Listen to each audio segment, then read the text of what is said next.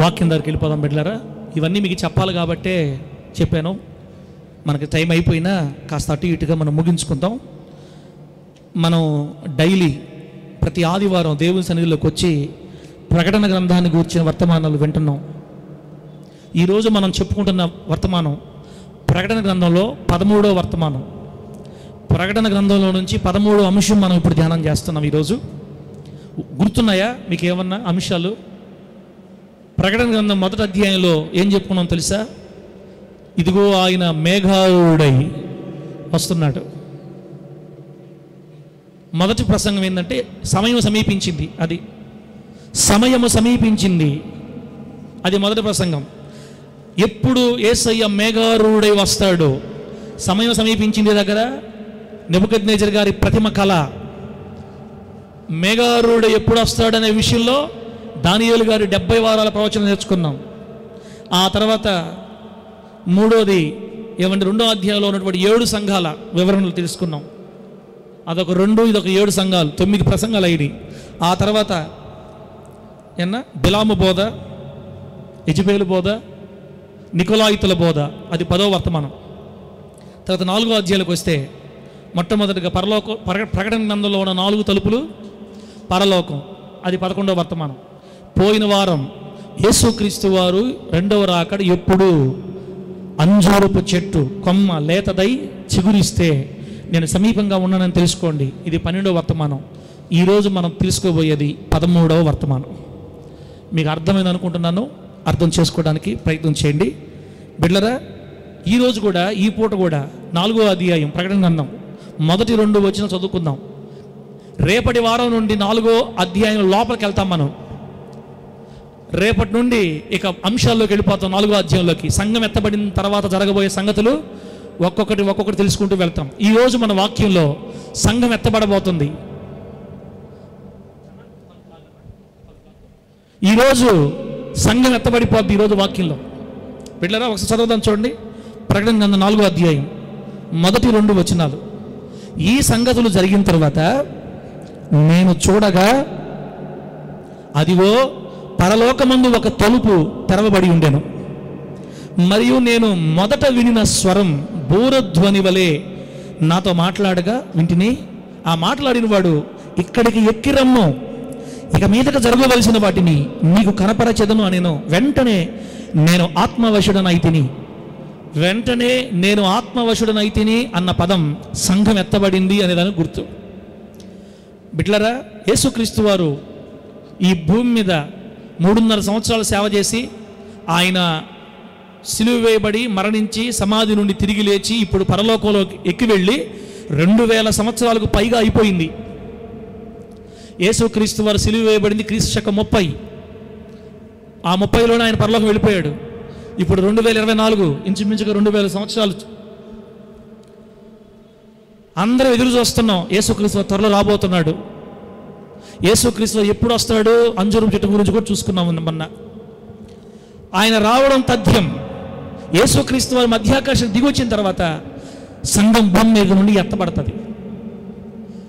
ఆయన నన్ను ఇక్కడికి ఎక్కి రమ్మని పిలవగానే నేను ఆత్మవశుడనై పరలోకం వెళ్ళిపోయానని చెప్తారు యోహాన్ గారు ఇక్కడ. అంటే సంఘము కూడా త్వరలో ఎత్తబడటానికి సిద్ధంగా ఉంది. ప్రభు నామానికి మహిమ కలుగును గాక. ఆ ఎత్తబడే సంఘంలో నీవు నేను ఉండాలన్నదే దేవుని ఆశ. దేవుని బిడ్డలారా, ఈరోజు ఒక ప్రశ్న వేసుకొని దానికి ఆన్సర్ చూసుకుందాం. బిడ్డలారా, 4వ అధ్యాయం మొదటి వచనంలో ఇది మనం తప్పక తెలుసుకోవాలి. యేసుక్రీస్తు వారు వస్తారు అంత అబద్ధమా అని అంటే కాదురా, దగ్గర పడ్డామని పోయినసారి నిరూపించుకున్నాం అంజూరు చెట్టు గురించి. ఇప్పుడు ప్రశ్న ఏంటో తెలుసా? సంఘం ఎప్పుడు ఎత్తబడుతుంది? నేను ఆత్మవశుడనై పరలోకం వెళ్ళిపోయిన యోహాన్ గారు చెప్తున్నారు 4వ అధ్యాయం మొదట్లో. అసలు సంఘము ఎప్పుడు ఎత్తబడుతుంది? సంఘము ఫలానప్పుడు ఎత్తబడుతుందని మనం చెప్పగలవా? మనకేమన్నా ప్రూఫ్స్ ఉన్నాయా బైబిల్లో? సంఘం ఎప్పుడు ఎత్తబడుతుంది? ప్రతి క్రైస్తవుడు దీని గురించి పరిపూర్ణ అవగాహన కలిగి ఉండాలా. ప్రకటన గ్రంథాన్ని గురించి మీరు ఇంతవరకు వినకపోతే మన ఆదివారపు ప్రసంగాల్లో ఉన్నాయి. మీరు వెళ్ళి శ్రద్ధగా వాక్యం వినాలి ఖచ్చితంగా. మన దౌర్భాగ్యం ఏదో తెలియదు కానీ ఈ రోజుల్లో ప్రజలు భలే ఫాస్ట్ అయిపోయారు. చాలా ఫాస్ట్ అయిపోయారు ప్రజలు. ఇప్పుడు మన క్రైస్తవులకి షార్ట్ మెసేజ్లు కావాలా, ఫుల్ మెసేజ్లు వద్దు. ఏ మెసేజ్లు కావాలా త్వరగా చెప్పాలి. ఏం మెసేజ్లు? 5 నిమిషాలు 10 నిమిషాలు పెడితేనే యూట్యూబ్లో కూడా బాగా చూస్తున్నారు. ఇప్పుడు గంట ప్రసంగం అని చెప్పామనుకో, 2-3 చూస్తున్నారు లాస్ట్కి. ఇంకా మన దరిద్రం ఎంత సాగి చేరిందంటే 1 నిమిషం ప్రసంగాలు పెడుతున్నారు కొంతమంది పాస్టర్లు. ఇప్పుడు ఎన్ని నిమిషాలు? 1 minute షార్ట్ మెసేజ్. ఇప్పుడు షార్ట్లు యూట్యూబ్లో షార్ట్లు వచ్చినాయి కదా, ఎన్ని నిమిషాలు ఉంటాయి? ఎఫ్రా ఎటుబడి హాఫ్ రాలేదా? 1 minute, 1 నిమిషమే షార్ట్లో ఉండేది. 1 నిమిషంలో వాక్యం చెప్పాలి. ఏం చెప్పాలి నాకు అర్థం కాదు. ఏం చెప్పాలి మనం 1 నిమిషంలో? మీరు కానీ దాన్ని ఫాలో అయ్యారా మర్యాదగా పోతారు ఎడకే, అంతే. ఒక అక్క చెప్పింది నాతోటి, లేదు సార్ నేను ఖచ్చితంగా గంట ప్రసంగం కంటే ఎక్కువే వింటా, 1.5 గంట పైన వింటా సార్ నేను. ఆహా, చాలా సంతోషం అక్క. ఏమేమి విన్నావు చెప్పు, ఏం విన్నావు? శాలేమన్న మెసేజ్లు మాత్రం గంట అయినా చూస్తాను సార్, ఇంకెవరు చూడను. మన బిడ్డ చెప్తుంది నాతోటే, మన బిడ్డే. ఆ ధైర్యాన్ని మెచ్చుకోవచ్చు దేవుడు మహిమగలుగును గాక. మన ప్రసంగాలు చూడదంట అసలు. ఒప్పుకుంటా ఆ దైవజనులకి దేవుడు 10 తలాంతులు ఇచ్చాడని నేను ఒప్పుకుంటా. అంత మాత్రం నేను తీసేసిన ఆ మనిషి నాకే చెప్తుంది, చూస్తాను సార్ నేను పెద్దోళ్ళు చూస్తా బాగా అంటే నేను వేస్ట్ ఫెలోనే. అన్యాయం దేవుడు చూస్తల్లా, స్వార్థం దేవుడు చూస్తల్లా. నువ్వు ఏదోటికి అప్పగించబడ్డావో, నీ కాపరి ఎవరో, నీ కాపరి స్వరమే నువ్వు పూర్తిగా వినకుండా మళ్ళీ పైగా అంటుంది చర్చిలో వింటలా సార్ మీయా, చర్చిలో వింటలు మళ్ళీ వింటావు. చర్చిలో విన్నట్టయితే నువ్వు ప్రకటన నన్ను మొత్తం చెప్పు, టకటక చెప్పు, ఇప్పుడే చెప్పు, నువ్వు వింటే. ఇట్లా ఉండగా బట్టే కుటుంబాల్లో కొన్ని కలిసి రావట్లే మనకి. నీ దైవజనుడు ఏడ్చాడు అనుకో, పొరపాటును కూడా నీకు క్షేమం ఉండదు. మనం ఏం చేయాలంటే ముందు దేవుడు మనకి ఇచ్చిన కాపరి స్వరాన్ని పూర్తిగా వినాలా, పూర్తిగా విను. ఆ తర్వాత విను. ఒకవేళ క్షేమకరం అయితే పక్క దైవజనులవి ఇతర సంఘాలు ఇబ్బంది లే, నువ్వు ఎంత ఎక్కువ వింటే అంత మంచిదే కదా. అట్టని ఆలోచనలు తారుమారైపోయి ఇదేంటి అట చెప్పాడు, ఈయనేంటి ఎట చెప్పాడు, అయ్యన బాకు, జాగ్రత్తగా కాపాడుకో. ఇప్పుడు చూడండి, అన్నం ఎక్కువ తింటే ఏమవుతుంది? ఆయాసం ఒక రకంగా, ఇంకా ఎక్కువ తింటే వాంతి, దెబ్బకు వాంతులు బెదలైపోతాయి. మీ ఇష్టం చెప్తుండా, మీ వయసుకి మీకు ఏ భోజనం పెట్టాలో మీ తండ్రికే బాగా తెలుస్తుంది. వయసు ఉంది కదా, నాకు అన్ని తినేద్దాం అనుకున్నాం అనుకో, ఆ తర్వాత వాంతులు బెదలు అవుతాయి. మీ ఇష్టమే కదా.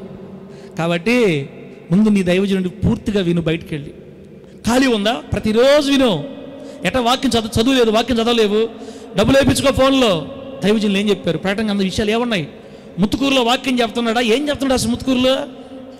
ముత్తుకూరులో చెప్పే వాక్యాలు వినేవాళ్ళు చేతులు ఎత్తండి ఏమనుకోకపోతే. ఫోన్లుండి ముత్తుకూరులో చెప్పే వాక్యాలు వినేవాళ్ళు ఒక్కొక్కటి లేపుతున్నారట. ఏమనుకుంటారు, ఏమన్నట అంటే నాకు తెలిసి ఊరు వినట్లయ్యాడా. అంతే సార్, మేము ఎందుకంటాం వాడా. అసలు ఈరోజు ముత్తుకూరులో ఏం వాక్యమో తెలుసా? ఈరోజు ముత్తుకూరులో ఏం వాక్యం తెలుసా? వివాహ జీవితంలో ఓడిపోయిన మేకాలు. ఎవరామె? వివాహ జీవితంలో ఓడిపోయిన మేకాలు. మేకాలు అంటే ఎవరు? కొయ్కాల.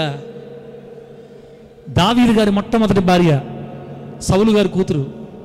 అసలు ఆ చరిత్ర మీకు తెలుసా? ఎప్పుడన్నా వినుంటారా? వినరు మీరు. దేవుడు అనేక విషయాలు మనతో మాట్లాడుతుంటే నేను యేసన్న గారి మెసేజ్ పూర్తిగా వింటా, వాసన వాళ్ళ పూర్తిగా వింటా. నీ ముఖం నీకేం వచ్చారంట నన్ను అడుగుతున్నారు. నీ ముఖం ఏం వచ్చారా నీకు అని చూడండి తగిలిస్తాడు దేవుడు ఏదో ఒక రోజు. చూసేది అక్కడ నాకు చెప్తాను డైరెక్ట్గా, అబ్బా భలే ఉంటాయి, అబ్బా నువ్వు ఎక్కడే ఉండి దీంట్లో ఎదిగి ఇక్కడ నేర్చుకొని అప్పుడు శక్తి పొంది ఇంకా నేర్చుకో, బాగా బలం ఉంది. ఇంకా ఇట్ట ఊపో వాళ్ళు వెడ్ చేస్తావు విని. కాబట్టి దేవుడు ప్రకటన అన్న వర్తమానం మనతో మాట్లాడుతున్నప్పుడు అసలు చాలా గొప్ప విషయాలు. ముత్తుకూరులు అయితే పిల్లరా, మీకు ప్రకటన గ్రంథ జ్ఞానం దేవుడు బోధిస్తుంటే, ముత్తుకూరులు అసలు బైబిల్లో భక్తి పరులు ఎవరు, భక్తిహీనులు ఎవరు, వరుసగా 2-3 నెలల నుంచి వాళ్ళు అనేక విషయాలు అంటున్నారు. వాళ్ళకి ఈ జ్ఞానం లేదు, మీకు ఆ జ్ఞానం లేదు. ఎక్కడోళ్ళు అక్కడే. హూరు ఉన్నాడు బైబిల్ గ్రంథంలో. హూరు ఎవరన్నా ఎవరు చెప్పండి? హూరు ఎవరు? ఎక్కడ కనపడతారు మనకి? మోషే గారు కొండ మీద ప్రార్థనకి వెళ్ళినప్పుడు కింద యెహోషువ ప్రార్థన చేస్తున్నప్పుడు చేతులు పైకెత్తితే ఇశ్రాయేలు గెలుస్తున్నారు, చేతులు దించేస్తే అమాలేకీయులు గెలుస్తున్నారు. ఈ దైవజనుడి చేతులు పడిపోతున్న సంగతి పక్కనే ఉన్న అహరోను హూరులు గమనించి ఒక రాయి తీసుకొచ్చి మోషే గారు కూర్చోబెట్టి ఒక చేయిని అహరోను ఒక చేయిని హూరు పట్టుకుంటే చివరికి ఇశ్రాయేలు అమాలేకు మీద పూర్తిగా గెలిచారు అనండి. ఈ హూరు ఎవరో మీకు తెలుసా? హూరు మోషేకి ఏమవుతారో మీకు తెలుసా? ముత్తుకూరు పెట్టడానికి చెప్పేస్తారు. హూరు మోషే గారికి మేనల్లుడు. కాలేబు మిరియాములు ఇద్దరు వివాహం చేసుకొని, అసలు మిరియాము పెళ్ళిందన్న సంగతే మనకు తెలీదు. చరిత్రలో ఉన్న విషయాలు ఇవన్నీ. కాలేబుకి మిరియాముకి పుట్టినోడే హూరు అనమాట, మోషే గారి మేనల్లుడు. ఇవన్నీ మీరు ప్రతి వారం వింటే కదా. మన దైవజనుడు గారు దేవుడు ఏం మాట తినరు, వాళ్ళు భలే ఉంటాయి. వరుసగా చూస్తా, భలే చూసావు, ముందు ఇది చూసుకొని తర్వాత అన్నీ చూడు. గంట సేపు ఆపకుండా, ఒకవేళ ఎక్కువ మరీ పని ఉందా ఉదయం అరగంటను, సాయంత్రం అరగంటను, లేకపోతే అన్ని పక్కన పెట్టు. ప్రతిరోజు రాత్రి దైవజనులు ఏం చెప్పారు మొత్తం అదే కదా మన పని క్రైస్తవులుగా. సినిమా హాల్లో షార్ట్ సినిమాలు వేస్తారా, ఫుల్గా వేస్తారన్నా సినిమా హాల్లో? ఇప్పుడు మేము సినిమాలు చూసేటప్పుడు 2 గంటల 20 నిమిషాలు ఉండింది, ఇప్పుడు 3:30 గంట పెడుతున్నా సినిమా. 3 గంటలు పైనే ఒక్కొక్క సినిమా అయితే. 3 గంటల సేపు ఏసీలో కూర్చొని కళ్ళు పెద్ద చేసుకుని ఓడ చూస్తుంటే మనకేం 5 నిమిషాలు కావాలి ప్రసంగాలు. ఒక్కరి ఉండదు కదా, ఇక్కడ మర్చిపోయి చూడలేదు నేను. ఒక్క నిమిషం షార్ట్ మెసేజ్లు కావాలంటే ఇప్పుడు నేను అందుకే మన ఛానల్లో షార్ట్ మెసేజ్లు పెట్టడమే ఆపేసిన. చూస్తే ఫుల్గా చూడు, లేకపోతే చూడబోకపో, నాకు పనిలే, నాకు అవసరం లే. మా బాబు అన్నా, సార్ షార్ట్ మెసేజ్ పెట్టండి సార్, అయినా కట్ చేసి పెట్టండి సార్.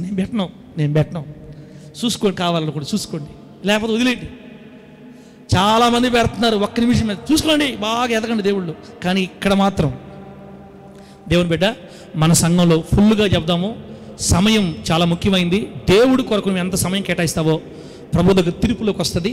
మనం ఫస్ట్ వారమే విన్నాం, 3 తీర్పులు చెప్పుకున్నాం. మనం స్టార్టింగ్లో 3 తీర్పులు చెప్పుకున్నాం 2023 లాస్ట్లో. ఏం తీర్పులు చెప్పండి? న్యాయ సింహాసన తీర్పు, మహిమగల సింహాసనపు తీర్పు, ధవళ సింహాసనపు తీర్పు. మహిమగల న్యాయ సింహాసన తీర్పు ఎవరికి? ఎత్తబడిన సంఘం మధ్యాకాశంలో ఉన్నప్పుడు జరిగే తీర్పు. ఇంకోటి రెండోదండి, మహిమగల సింహాసనం తీర్పు ఎవరికి? విడవబడిన అన్ని జనులకి, యూదులకి జరిగే తీర్పు, ఇశ్రాయేలీలకి. 3వ తీర్పు ధవళ సింహాసన తీర్పు ఎవరికి? భూలోకంలో ఆదాము మొదలుకొని ఇప్పటి వరకు సచ్చిన పాపులకి జరిగే తీర్పు అది. ఈ న్యాయసింహాసన తీర్పు నీకు నాకే. ఆ తీర్పులో మనల్ని కొన్ని విషయాలు అడతాను విన్నాం. ఆ రోజు ఏం అడతారు తెలుసా?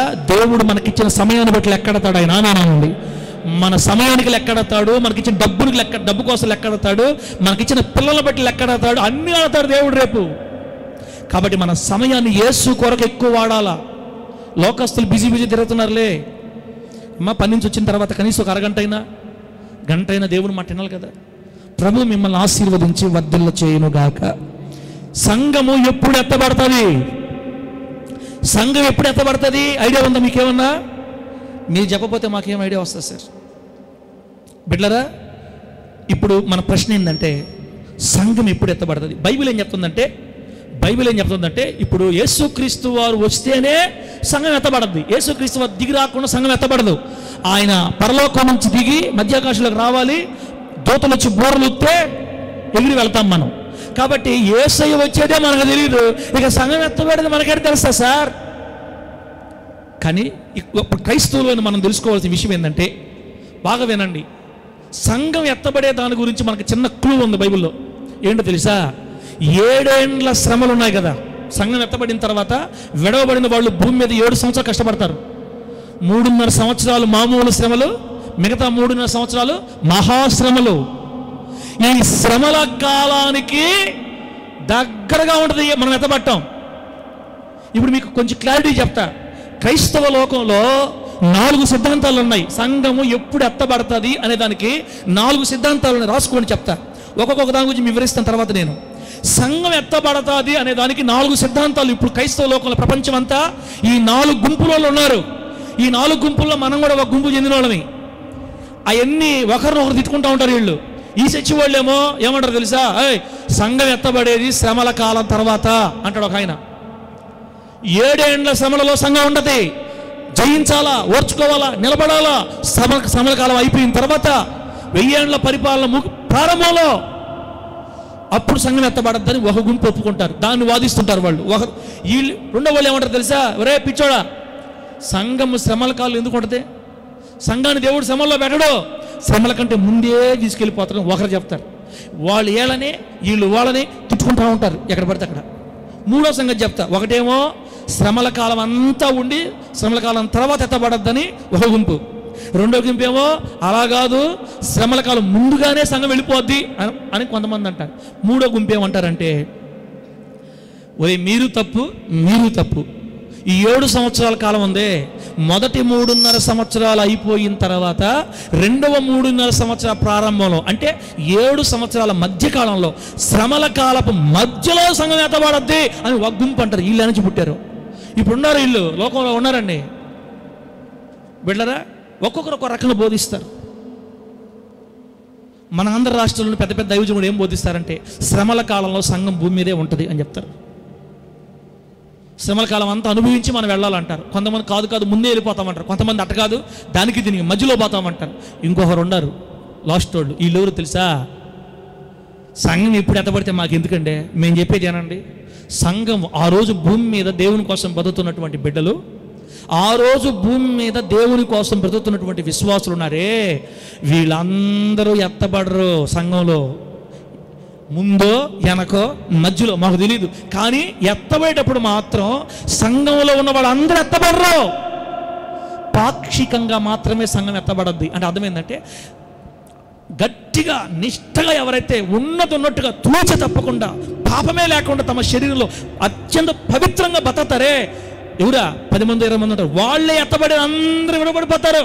సంఘంలో పాక్షికంగా మాత్రం ఎత్తబడతారు, మిగతా వాళ్ళంతా విడవబడతారు. ముందో వెనక మధ్యలో మాకు తెలియదని. వీళ్ళందరూ ఎత్తబడరు, కానీ కొందరే ఎత్తబడతారని ఇది ఒక గుంపు. నా మాటలు అర్థమైతే హల్లెలూయా అని చెప్పండి. నేను మీకు హిందీ స్టోరీ ఏం చెప్పడం లేదు, తెలుగులో చెప్తున్నా. ఈరోజు మన పాయింట్ ఏంటంటే, సంఘం ఎప్పుడు ఎత్తబడుతుంది, సంఘం ఎప్పుడు ఎత్తబడుతుంది అనే దానికి ఎవరికి టైం తెలీదు. అయితే బైబిల్లో ఉన్న చిన్న క్లూ ఏంటంటే, 7 ఏండ్ల శ్రమలకు దగ్గరలోనే సంఘం ఎత్తబడద్ది. 7 ఏండ్ల శ్రమలకి సంఘం ఎత్తబడడానికి కొన్ని రోజులు తేడా, సంవత్సరం కొన్ని రోజులు తేడా అంతే. ఆ 7 ఏండ్ల శ్రమల కాలం దగ్గరలో సంఘం ఎత్తబడద్ది. ఈ రోజున క్రైస్తవ లోకంలో ప్రపంచవ్యాప్తంగా 4 వాదాలు ఉన్నాయి. కొంతమంది ఏమో శ్రమల కాలం అంతా ఉండి లాస్ట్లో ఎత్తబడద్దని ఒకరు, అలా కాదు శ్రమలకు ముందుగానే ఎత్తబడద్దని ఇంకొకరు ఏమంటే అట్ట కాదు మీరు కాదు మధ్యలో ఎత్తబడద్దు కరెక్ట్గా ఒకరు. ఒక ఆయన అయితే ఎప్పుడు ఎత్తబడితే నాకెందుకు, అందరు ఎత్తబడరు, భక్తుల వాళ్ళు మాత్రం ఎత్తబడతారు, కాస్త అట్టిడు అందరూ విడవబడతారని 4 ఉన్నాయండి. ఈ 4 యొక్క ఆధారాలు బైబిల్లో మీకు చూపించి, ఎప్పుడు సంఘం ఎత్తబడద్దో అని బైబిల్ ఖండితంగా చెప్తుందో మీకు నిరూపించి, మనం ఏ గుంపులో ఉండాలో మీకు చెప్పేసి ఈరోజు వాక్యం ముగించేసుకుందాం. అర్థమైతే గట్టిగా చెప్పండి గట్టిగా హల్లెలూయా. సంఘము ఎప్పుడు ఎత్తబడుతుందన్న మాటకి జవాబును మీకు ఇచ్చి ప్రార్థన చేసుకుందాం ఈరోజు. ఇప్పుడే 10 అయిపోయింది, ఇంకెప్పుడు చెప్తామో సరే పర్వాలేదు, టక లాగేద్దాం. మనం ఇప్పుడు ఎలక్షన్ గురించి మాట్లాడుకోవడం కాబట్టి తప్పదు, ఈరోజు త్వరగా చూసుకోవాల్సిందే. బిడ్డలారా, ఈరోజు ఫస్ట్ ఈ 4 వాదాల్లో బిడ్డలారా, మొట్టమొదటి వాదన ఏంటంటే, ఏం చెప్పండి, సంఘము శ్రమల కాలం తర్వాత ఎత్తబడుతుంది. అంటే 7 ఏండ్ల శ్రమలలో సంఘం ఉండాలి అని కొంతమంది వాదిస్తారు. ఎందుకు వాళ్ళు వాదిస్తారు తెలుసా? సంఘం శ్రమల్లోనే ఉండాలి, దేవుని కోసం శ్రమలు సహించాలి సంఘము అంటే ఏం చెప్తున్నాను, హోలీ జడ్జి మినిస్ట్రీ బిడ్డలు కాదు, భూమి మీద ఉన్న చర్చిలన్నింటిలో ఎవరైతే దేవుని కోసం నిలబడి ప్రభు కోసం బతుకుతున్నారో వాళ్ళు సంఘం అంటే, అందరం కాదండి, సార్వత్రిక సంఘం అంటే వాళ్ళు. ఈ ఎత్తబడే సంఘంలో ఉన్న దేవుని బిడ్డలంట కొంతమంది చెప్పటం శ్రమలో నిలబడాలంట. ఆ 7 ఏండ్ల శ్రమలు అనుభవించాల్సిందే చెప్తారు కొంతమంది. శ్రమలు అంటే ఈరోజు నీకు నాకు వచ్చే శ్రమలతో మనం భరిస్తాము. 7 ఏండ్లలో వచ్చే శ్రమలు మామూలు శ్రమలు కాదక్క. మీరు అవన్నీ వినాలి రాబోయే రోజుల్లో. అకస్మాత్తుగా ఆకాశంలో నుంచి నక్షత్రాలు రాలుతాయి. ఎక్కడ? భూమి మీద కంటే కూడా సముద్రాలు రాలుతాయి. సముద్రాల్లో ఎప్పుడైతే వచ్చి ఆ నక్షత్రాలు రాలేయో, పేరు కూడా చెప్పాడు, మాచిపత్రి అంట. ఆ నక్షత్రం పేరు మాచిపత్రి అని రాశాడు. మరి ఆ రోజు ఏమో తెలియదు, కానీ ఎప్పుడైతే ఆ నక్షత్రాలు నీళ్ళలో రాలేయో సముద్రపు నీళ్ళన్నీ చేదైపోతాయి. ఇప్పుడు సముద్రం నీళ్ళు ఎట్లుంటాయి? ఇప్పుడు సముద్ర నీళ్ళు ఇప్పుడు ఉప్పుగా ఉంటాయి, రేపు చేదు అయిపోతాయి. ఆ చేదు సముద్రంలోనే ఉండదు, భూమి పొరల్లోకి ఊరి మన ఇంట్లో మనం బావి వేసుకున్నా బోర్ వేసుకున్నా కూడా ఆ 7 ఏళ్ల శ్రమల కాలంలో ప్రతి ఇంట్లో చేదు నీళ్ళు వస్తాయి. ఇంకా వాటర్ బాటిల్ ఉండవు, మినరల్ వాటర్ బాటిల్ దొరకవు మనకి.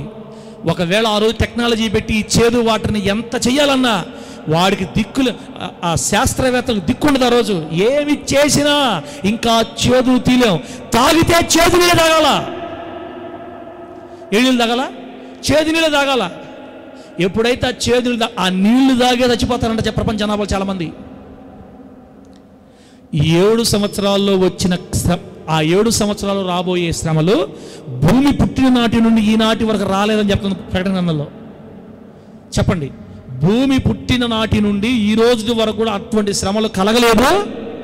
అటువంటి మహాశ్రమలు వస్తాయి భూమి మీదకి. ఒకసారి ఊహించండి, ఇప్పుడు మనం తాగే నీళ్ళన్నీ కానీ చేదైపోతే ఎటుంటుంది?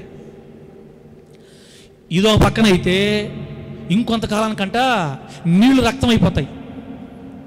ఏం సార్ మీరు చెప్తున్నారు, భయం వేస్తుంది మాకు. అందుకే చెప్తున్నా నేను, రాబోయే రోజుల్లో నీళ్లు చేదు కాదు, రక్తం అయిపోతాయి. ట్యాపు తిప్పేవాళ్ళకి ఏమొస్తాయా? రక్తం, రక్తపు వాసన. తాగితే చేదు నీళ్ళు తాగాలి. కొన్ని ప్రాంతాల్లో రక్తమే నీళ్లు. ఎక్కడైనా బావులు దావు, ఎక్కడైనా ఏమని చేయి, ఎన్నైనా కనిపెట్టు, తాగితే రక్తమే తాగాలి, తాగితే చేదే తాగాలి. నేను చెప్తాను కదా, ఆ 7 సంవత్సరాల్లో భూమి మీద ఉన్న జనాభా సగానికంటే ఎక్కువ చచ్చిపోతారు అంతే. ఇప్పుడు 800 కోట్ల మంది జనాభా ప్రపంచం అనుకోండి, 400 కోట్ల మంది ఆ 7 సంవత్సరాల్లోనే చచ్చిపోతారు. సమాధులు చేయటానికి కూడా తీరుకుండే ప్రజలకి, అంత ఘోరంగా చచ్చిపోతారు జనాభా. ఇప్పుడు చెప్పండి, అంత భయంకర శ్రమలో సంఘం ఉండాలా? పెడతాడా దేవుడు?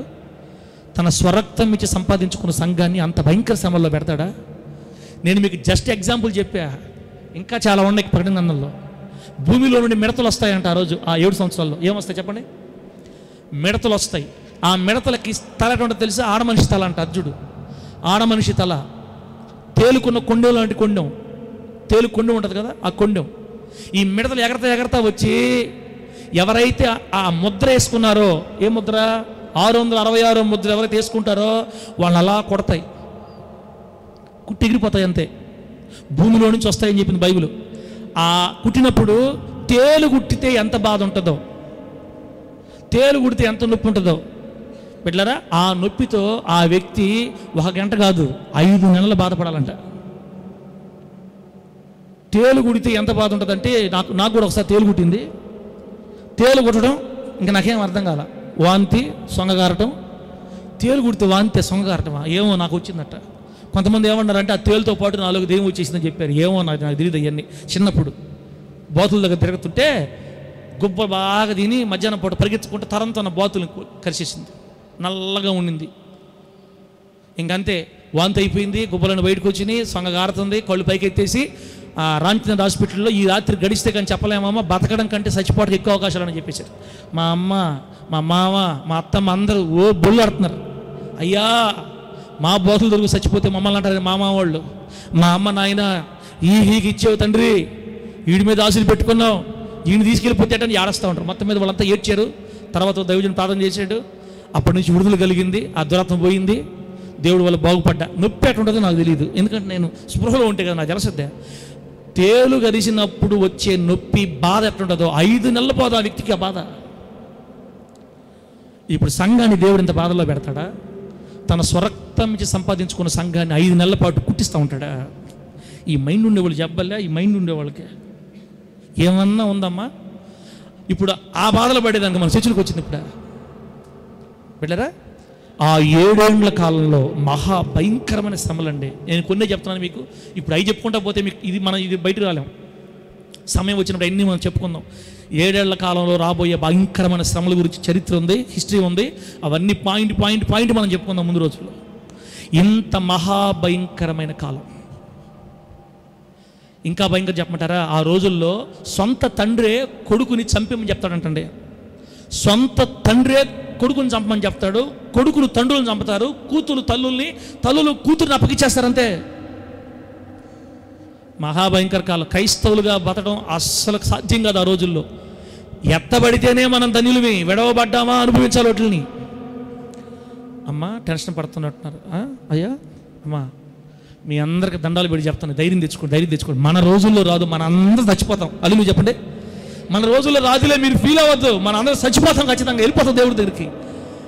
ఎప్పుడు వస్తుందో మనకు తెలియదు, టైం లేదు కదా. 7 ఏళ్ల శ్రమల కాలానికి ముందే మనం వెళ్ళిపోతాంలే, ముందే చచ్చిపోతాం, రేపేమో చచ్చిపోతాం. మనందరూ ఏం టెన్షన్ పడదు, మీరు తెలుసుకోండి చాలు. జస్ట్ ఆ రోజుల్లో భూమి మీద ఉన్న వాళ్ళకి వచ్చే కష్టాలు చెప్తున్నా మీకు, ఆ రోజుల్లో విడవబడ్డ వాళ్ళకి కష్టాలు చెప్తున్నా. మనం అందరం చచ్చిపోయి వెళ్ళిపోతాం వేసే దగ్గరికి, మీరేం టెన్షన్ పడద్దు.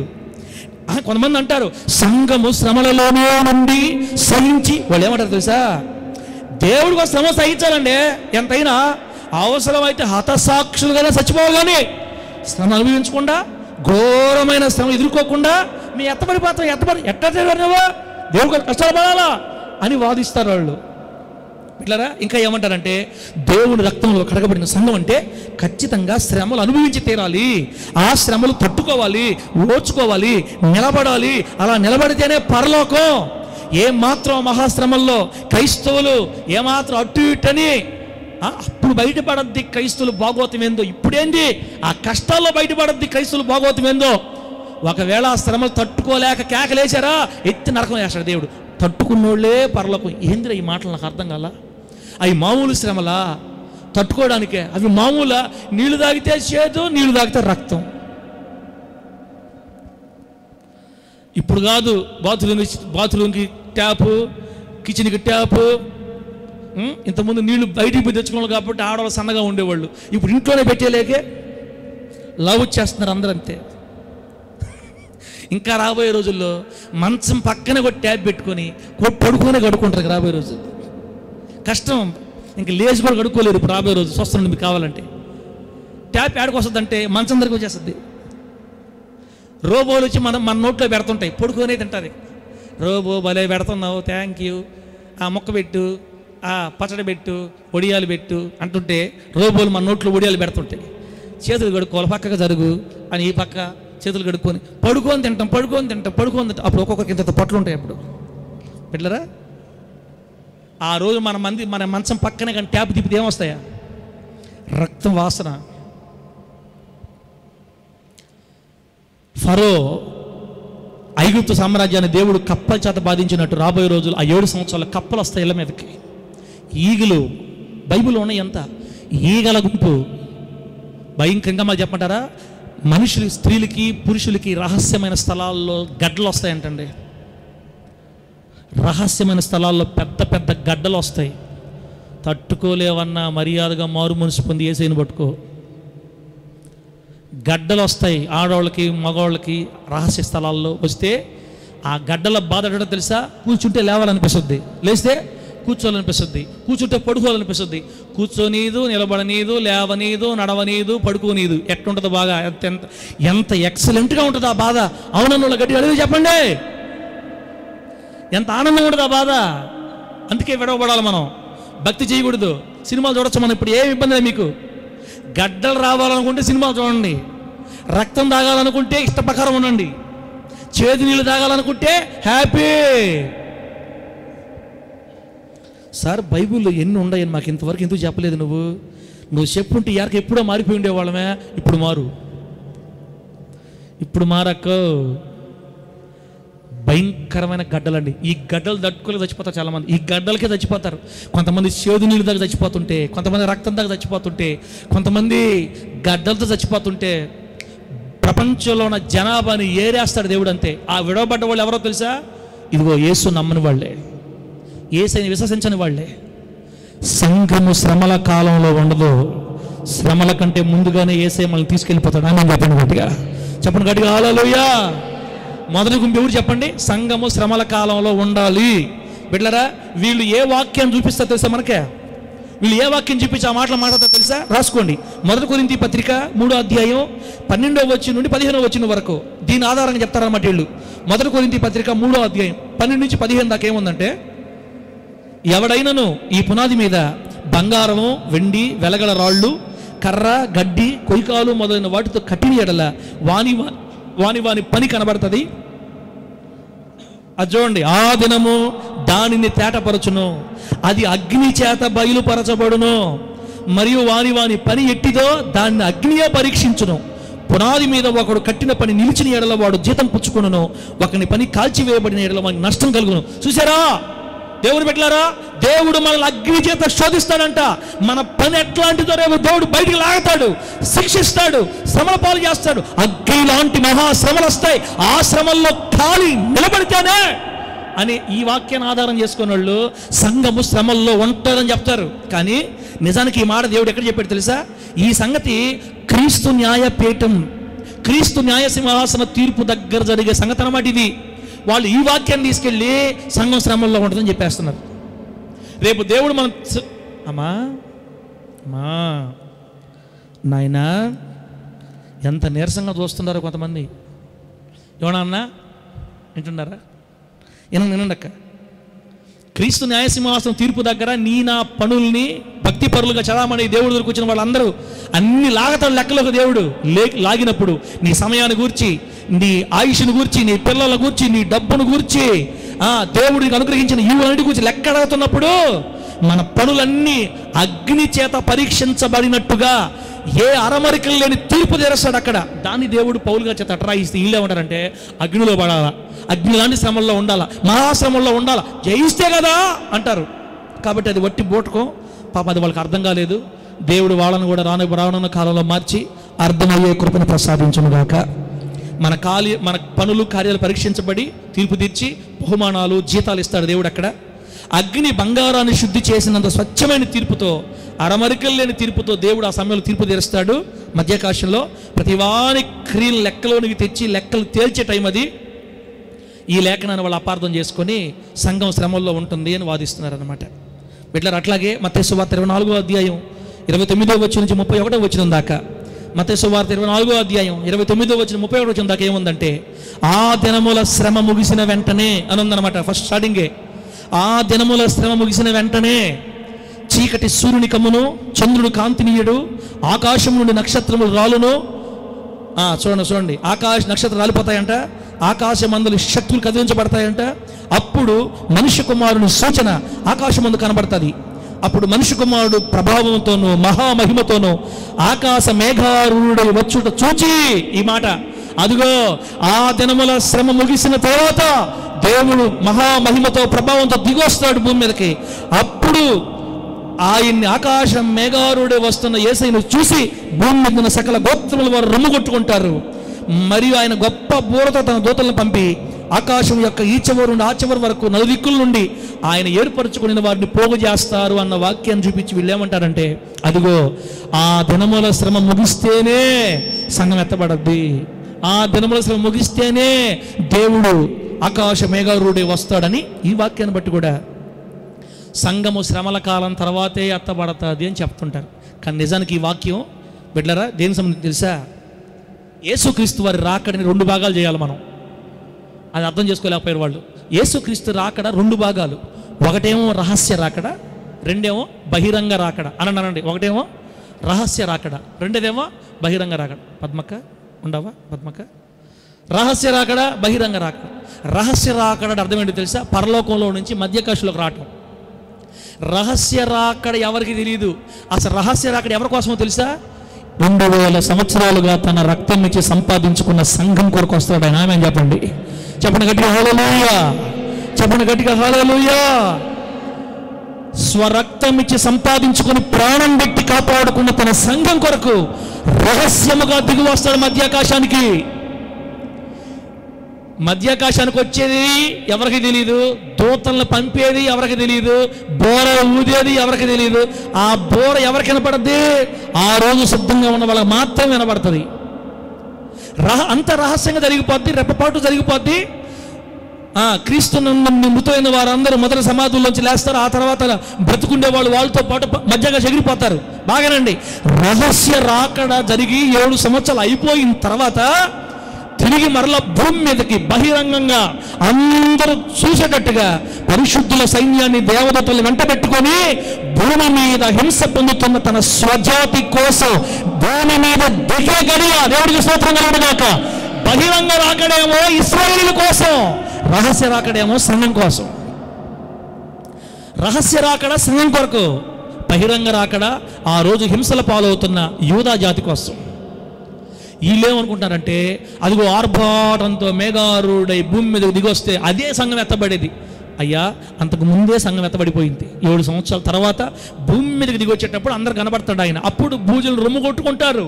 సరే పాస్టర్ గారు, అప్పుడు దేవదూతలు పోయి భూ చుట్టుపక్కలకు పోయి అందరిని ఏర్పాటు చేస్తారన్నవే, ఏర్పరచుకున్న వారిని పోగు చేస్తారన్నారే, వాళ్ళెవరో పాత నిబంధన భక్తుల కాడ నుంచి వెళ్ళారా ఎత్తబడిన సంఘం ఆల్రెడీ వెళ్ళిపోయింది కదా. పాత నిబంధన భక్తులు ఆ 7 ఏండ్ల కాలంలో చాలా మంది మారుమూసి పొందుతారు. ఆ శ్రమలు పడలేక, ఆ శ్రమలు చూసి అయ్యో మా ఇశ్రాయేల్ పాస్టర్ చెప్పింది నిజమే, ఇదిగో మహాభయంకర శ్రమలు వస్తున్నాయి అయ్యో అని కొంతమంది వాళ్ళు ఎంత కొట్టినా ఎంత బాధించినా చేదు నీళ్ళు తాగినా చచ్చిపోతాను కానీ నేను దేవుని కోసం విడిచిపెట్టనని 7 సంవత్సరాల్లో ప్రభు కోసం నిలబడతారు. అప్పుడు మారు మనసు పొందినటువంటి యూదులని అన్ని జనుల్ని అందరిని పోగొనడానికి దూతలు మళ్ళీ దిగొస్తారు కిందకి. ఇట్లాగా సంఘం కొరకేమో ముందే వచ్చేస్తాడు, 7 సంవత్సరాల తర్వాత భూమి మీద దిగి వస్తాడు. వీళ్ళేమనుకుంటున్నారంటే ఆ భూమి మీద దిగి వచ్చేదే సంఘం కొరకు వస్తుంది కాబట్టి శ్రమల తర్వాతే సంఘం ఎత్తబడద్ది అనుకుంటున్నారు. నా మాటలు అర్థమైతే హల్లెలూయా అని చెప్పండి గట్టిగా, హల్లెలూయా. సంఘము ఎప్పుడు ఎత్తబడుతుంది? సంఘం ఎప్పుడు ఎత్తబడుతుంది? 4 భాగాలు చెప్పా. ఇప్పుడు ఫస్ట్ దాని గురించి మాట్లాడుకుంటున్నాం. సంఘము శ్రమల కాలం తర్వాతే ఎత్తబడద్ది, కష్టాలు పడాలి, బాధలు పడాలి అని ఒకరు చెప్పారు. ఇప్పుడు లాస్ట్కి పిల్లరా వాళ్ళు చూపించిన వాక్యాలు కూడా మనం అర్థాలు చెప్పేసాం. ఇప్పుడు కొన్ని ఉదాహరణలు అడతా మీకు, కొన్ని ఉదాహరణలు నాకు చెప్పండి. ఏ తల్లిదండ్రులైనా తమ పిల్లలు హింస పొందాలని, శ్రమల్లో నలిగిపోవాలని, అవసరం చచ్చిపోవాలని కోరుకుంటారమ్మా? నిజంగా చెప్పండి, నాకు మా అబ్బాయి నలిగిపోవాలా, మా అబ్బాయి చచ్చిపోయినా పర్వాలే, వాడు నాకంటే బాగా ఏడవాలా అని కోరుకునే తల్లిదండ్రులు ఎవరన్నా చేతులు ఎత్తండి. ఎవరు కోరుకోరు? నా భార్య కష్టపడాలా, నా భర్త బాగా చచ్చిపోవాలి అని భార్య భర్తని చచ్చిపోవాలని, నలగపోవాలని, హింసలు పడాలని ఎవరు కోరుకోరు. అంత దాకెందుకు? కోడిని మీరు చూశారు కదా, కోడి పిల్లల్ని కంటది, పిల్లల్ని కంటది. ఆ గుడ్లు పొదిగి చిన్న పిల్లలు వస్తాయి. తన పిల్లల్ని తీసుకెళ్ళి పక్కన దెబ్బలో అవి మేస్తూ ఉంటే ఈ కోడి ఏం చేస్తుంటుంది? నిద్రపోతుంటుందే. తల్లి కోడి పిల్లల్ని మేస్తూ ఉంటే మీరు మేసిన తర్వాత లేపండి అంటదా? ఏమంటదన్నా చెప్పాలన్నా? తల్లి కోడి అంతా చూపెట్టడం తెలుసా? పైన చూస్తుంటుంది. ఎందుకు? ఎవరు వస్తున్నారని? శత్రువుని వస్తాడేమో. చిన్న బిడ్డలు, నా బిడ్డలు, ఒకవేళ దాని కంటికి కానీ కనబడిందా పైన డేగ గద్ద, ఒక్క కేక ఎట్టేస్తుంది? వేయండి, కోడి కేక వేయండి సార్. కోడి కేక కోళ్ళే వేస్తాయి సార్, మనమేడేస్తాం. అదొక కేక అరుస్తుంది అంతే. ఎక్కడ మేసే ఏంది పిల్లలన్నీ త్వరగా పోయి ఎక్కడికి వెళ్ళిపోతే రెక్కల కింద అట్లా కప్పేసి కూర్చోడు తల్లి కోడి. ఆత్మ లేని చిన్న పక్షికే తన బిడ్డల మీద అంత ప్రేమ అయితే స్వరక్తం ఇచ్చి కొనుక్కున్న మనల్ని దేవుడు అంత భయంకర శ్రమలో ఎట్ట పెడతాడన్నా? వీళ్ళు ఎట్ట అంటారు? ఆ మాట నాకు అర్థం కావట్లా. పిల్లలను పోగొట్టుకున్న ఆడ ఎలుగుబంటి అని ఉంటుంది బైబిల్లో. పిల్లల్ని పోగొట్టుకున్న ఆడ ఎలుగుబంటి పిల్లలు కానీ పోగొట్టుకుంటే తన ఎదురొచ్చేవాడిని ఎవరు సీల్ చేస్తుంది అంతే. ఇక ఒకసారి ఎలీషా గారు రోడ్డు మీద పోతుంటే బోడివాడ ఎగతాలు చేశారంట కొంతమంది అల్లరి పిల్లలు, యూత్. బోడోడ గుండోడ అని ఎగతాలు చేశారు పాస్టర్ని. అందుకే ఎవరు కూడా పాస్టర్లు గుండోడని, బట్టపూరి పాస్టర్ అనబాకండి అన్నారా? ఆడ ఎలుగుబంట్లు వస్తాయి లూది ఎక్క మీ ఇష్టం ఇక నెలలోకి. కొంతమంది పాస్టర్, ఆ బట్టపూరి పాస్టర్ తెలుసు మీకు? బట్టపూరి పాస్టర్ పొళ్ళు ముందుకుంటాయి. పొళ్ళు ఇస్రాయల్ పాస్టర్కి ఏం పేరు పెడతారు నాకు తెలియదు. నల్ల పాస్టర్ అని పెడతారు, ఏం పెడతారు? నల్లగా ఉండే పాస్టర్ తెలియదు మీకు? ఎప్పుడు నల్లగా కాట్లాగా ఉంటాడు. కొంతమంది పాస్టర్లు ఎట్ట పిలుస్తుంటారు, అడనకూడదు దైవజనుల్ని. బోడివాడ గుండు అన్నారంట. దైవజనుడు వెనక్కి తిరిగి, రే అయిపోయారు మీ పేరు దేవా, వీళ్ళన్న మాటలు నువ్వు విన్నావు, నీ ఇష్టం, ఈరోజు వీళ్ళు అయిపోవాలని చెప్పేసి వెళ్ళిపోయాడు అంతే కోపంతో. ఆయన అట పోగానే ఏం జరిగింది తెలుసా? అరణ్యంలో నుంచి 2 ఆడ ఎలుగుబంట్లు వచ్చి నేను చెప్తున్నాను బైబిల్లో. ఈ 2 ఆడ ఎలుగుబంట్లు ఊర్లోకి ఎందుకు వచ్చాయి తెలుసా? వాటి పిల్లలు పోయినాయి. ఎప్పుడైతే ఆడ ఎలుగుబంటికి పిల్లలు కనబడలేదో ఆ వచ్చే కోపం మామూలుగా ఉండదు. ఆ యవనస్తుల్లో గుండోడా అన్న యవనస్తుల్లో 42 మందిని చీల్చి నేను చెప్తుంది వాక్యం. ఎలుగుబంట్లకు కూడా తమ పిల్లల మీద అంత ప్రేమ. ఎలుగుబంట్లకు ప్రేమ ఉంది, కోళ్ళకు ప్రేమ ఉంది, కాకులకు ప్రేమ ఉంది, పందులకు ప్రేమ ఉంది, మనుషులకు ప్రేమ ఉంది. ఇంతమందికి ప్రేమ ఉంటే మన దేవుడు తన సంఘాన్ని శ్రమల్లో వదిలేసుకుంటాడా? తన బిడ్డల్ని అంత భయంకరమైన మహాసం వదులుతాడా? ఎలా సాధ్యం ఇది అసలు బిడ్డరా? కాబట్టి మొట్టమొదటి గుంపు ఇది రాంగ్. ఆమెనానండి. బయట మీకు ఎవరు చెప్పినా కూడా మనసులో పెట్టుకుని మనం అందరితో దేశించబలేదు, తిట్టబలేదు, అరవబలేదు. సరే మీరు చెప్పుకోండిలే నాయన. ఒకవేళ మీరు శ్రమల్లో ఉండాలనుకుంటే ఉండండిలే. మేము ఉండం నాయన. ఎవరిని దేవుడు సంఘాన్ని శ్రమల్లో పెట్టడు బిడ్డరా. కాబట్టి సంఘము శ్రమలలో పొరపాటును కూడా వెళ్ళదు. ఆమె చెప్పండి గట్టిగా హల్లెలూయా.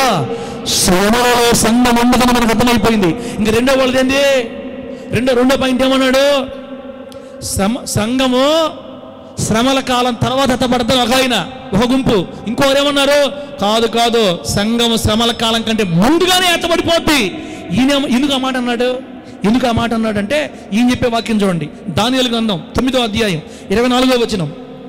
దానియేలు గ్రంథం 9వ అధ్యాయం 24వ వచనం. బిడ్డలారా, నేను విపులంగా చెప్పలేను, వీలైనంత వరకు మీకు అర్థమయ్యేదానికి త్వరగా లాగతా.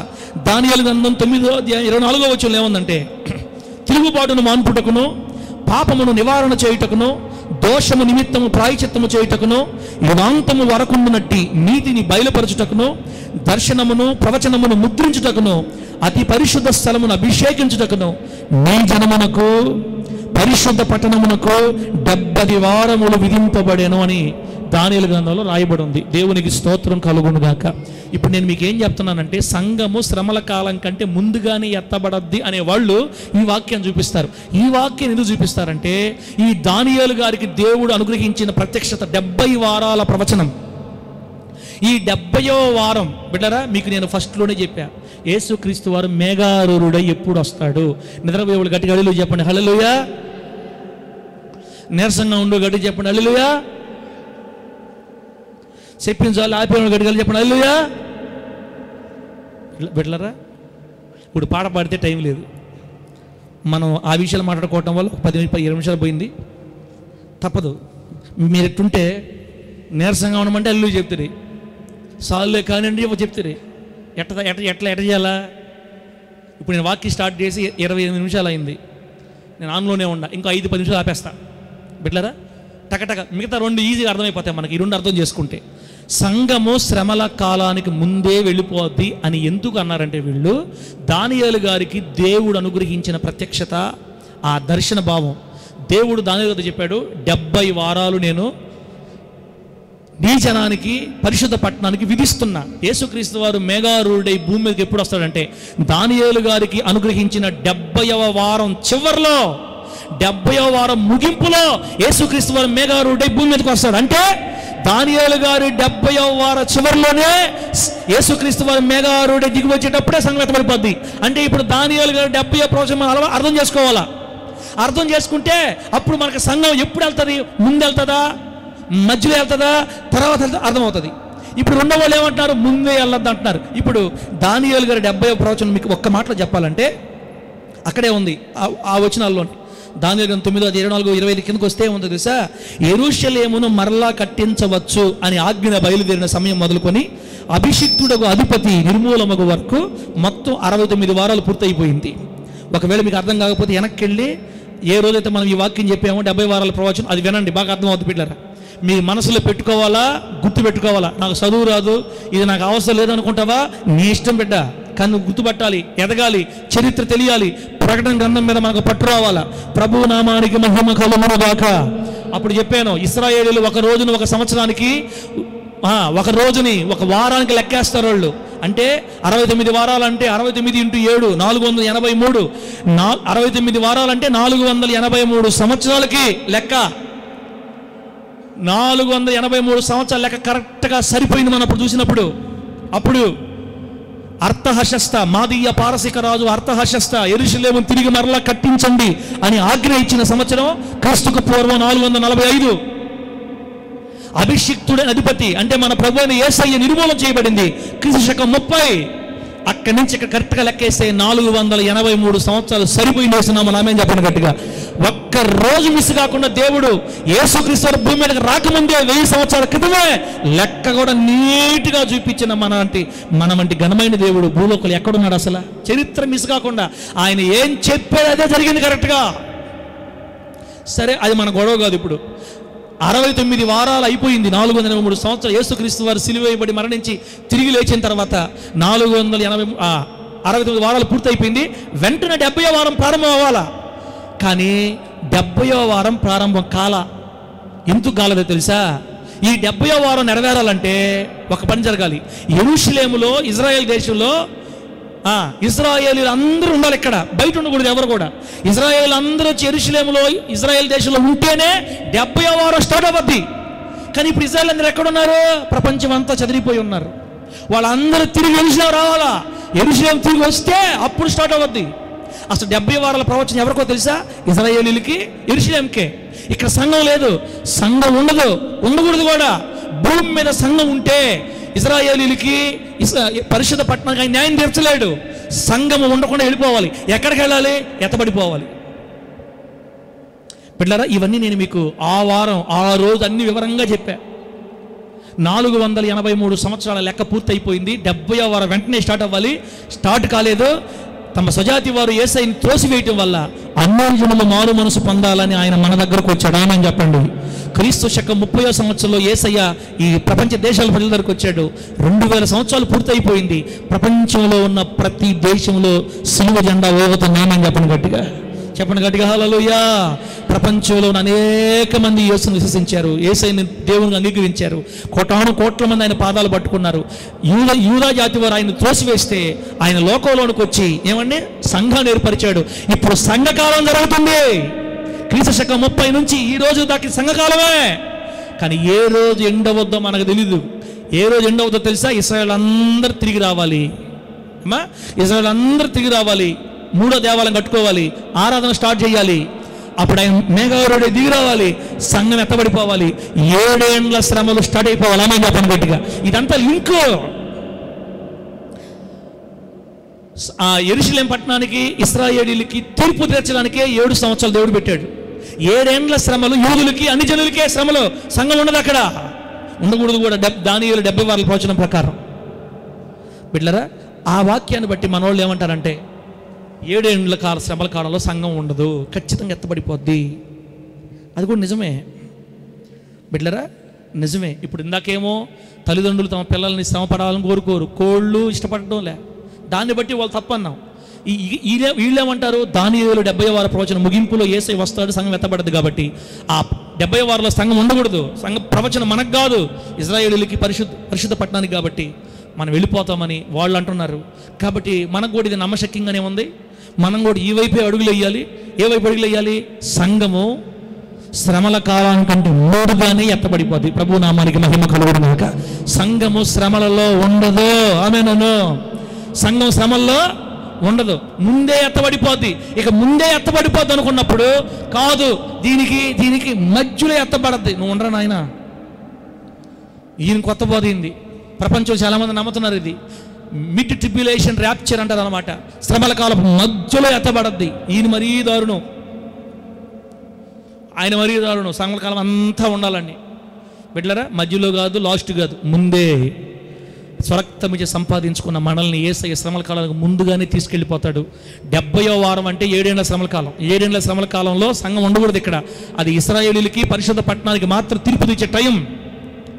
అప్పటికి భూమి మీద వినండి, అప్పటికి భూమి మీద ఇజ్రాయేల్ దేశాన్ని ఒంటరిని చేసి ప్రపంచ దేశాలన్నీ కలిసి ఒక్క ఇజ్రాయేల్ భూమి మీద లేకుండా అసలు ఇజ్రాయేల్ దేశం కనుమరుగు చేయాలని ప్రపంచమంతా కంకణం కట్టుకొని ఇజ్రాయేల్ దేశం చుట్టూ ముట్టడి దెబ్బ వేసి బాంబర్లు, అటం బాంబులని రెడీ చేసుకొని ఏమండి రేపో మాపో బాంబులే చంపేద్దాం అన్నంతగా రెడీ అయిపోయిన టైంలో తన ప్రజలను కాపాడుకోవడానికి దేవుడు దిగి వస్తాడు ఒలీవ కొండ మీద. ఆమేన్ చెప్పండి, గట్టి చెప్పండి హల్లెలూయా.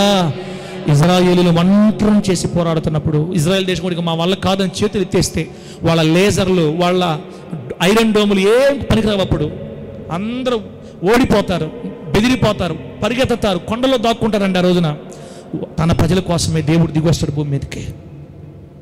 కాబట్టి సంఘము ఆయనతో ఉంటుంది ఆ టైంలో. మనం ఆల్రెడీ ఏసే దగ్గరికి వెళ్ళిపోయి తిరిగి వస్తాం భూమి మీదకి. కాబట్టి సంఘం శ్రమల్లో ఉండదు, 7 ఏళ్ల కాలంలో ఉండదు భూమి మీద. ఈ నీళ్లు చేదైనప్పుడు, ఈ నీళ్లు రక్తమైనప్పుడు మనం అప్పుడు భూమిని పరిపాలిస్తుంటాం. ఆమె చెప్పండి, 1000 ఏళ్ల పరిపాలనలో ఏమండి ఏసైని మనం భూమిని పరిపాలిస్తాం. మనం చూడాలి, మనం అక్కడ ఉంటాం. ఈ నీళ్లు రక్తంగా మారినప్పుడు మనం మధ్యాకాశంలో ఉంటాం, ఆయనతో ఉంటాం. ఎన్ని మనం చూడం. కాబట్టి మనకు సంబంధంలే. 7 ఏళ్ల కాలంలో సంఘం ఉండదు, ముందుగానే ఎత్తబడిపోద్దన్న మాట మనం జ్ఞాపకం పెట్టుకోవాలా. దేవుడి ఈ మాట మనకు ఆశీర్వాదకరంగా మార్చి బద్దల్లో చేయను గాక.